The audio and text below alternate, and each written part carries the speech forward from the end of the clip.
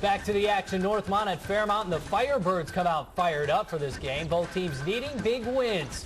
Northmont's Kevin Ringer with a big gain, and then Mark Mays around the end and into the end zone, but it's a fumble.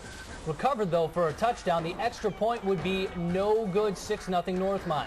Next drive, here's a familiar name. It's Mr. Ringer again. And this time he's going to take it right up the middle for 6 points, following his blockers nicely and barreling in. 13-0. They made the extra point this time. T-Bolt's on top.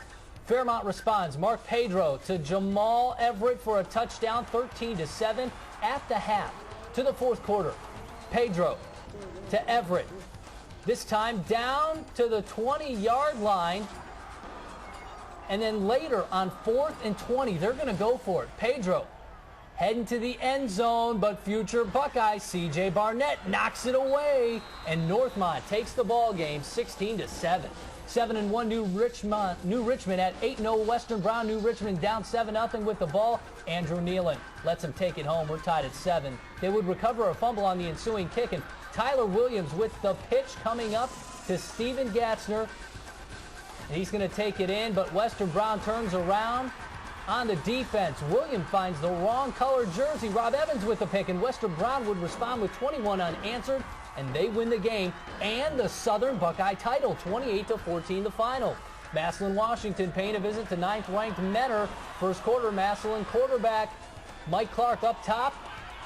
And that's good enough for a first down, bringing it down nicely later in the drive. Clark to Bob Grudner. 7-0 Cards. Massillon ensuing kickoff. And if you hear the words ensuing kickoff, you know it's going to be big. Mike Korus takes it 81 yards. We speed it up for your sake. 7-7 ball game. Mentor would score 19 unanswered. Then in the third quarter, 19-7. J.T. Turner turns this one upfield. He would take it down to the 5-yard line. He's a big-time recruit. Turner would score on a Clark pass to make it 19-14, but Mentor would not let this one get away. Warden goes in for a second touchdown of the night. Mentor's defense would turn away Massillon twice inside the 10-yard line, and Mentor hangs on to win it 25-17. They're 7-2 on the year.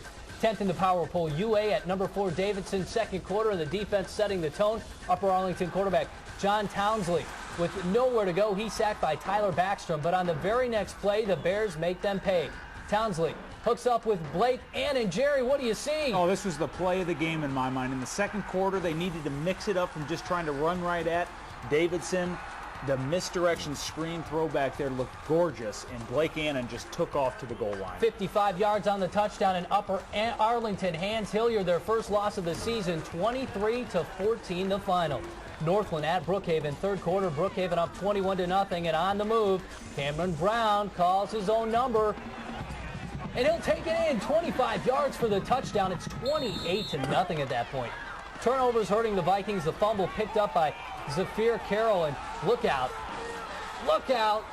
big man. 80 yards for the touchdown. How about that? Brookhaven rolls 38-0. The Bearcats now 8-1 on the year. All right, guys. Jerry, you were at the UA game. What'd you see? Well, the screenplay was just gorgeous. It was textbook. But in the second half, there was really kind of a tense stadium. People knew what was on the line. Two powerhouses slugging it out. And really two teams that really mirror each other. I mean, they want to play the field position game. They want to control the ball. They want to grind it out on the ground. Tonight, Coach Golden came out on top. Big win for Arlington. Remember, they were banged up when they lost to Pickerington Central in Week 1. That's right. I think those two teams might have a rematch in the playoffs. It's going to be fun to watch. I think you're right. And JJ, real quick, Watterson trades wins for losses. Tonight they got in 5 overtimes, a win 40-34 over St. Charles. And I'll tell you what, the crowd was exhausted by the time this was over. It was one great football game. I wish we had a little more, some highlights of it to show, but I mean, it was just a whalable game, and really, St. Charles should be happy.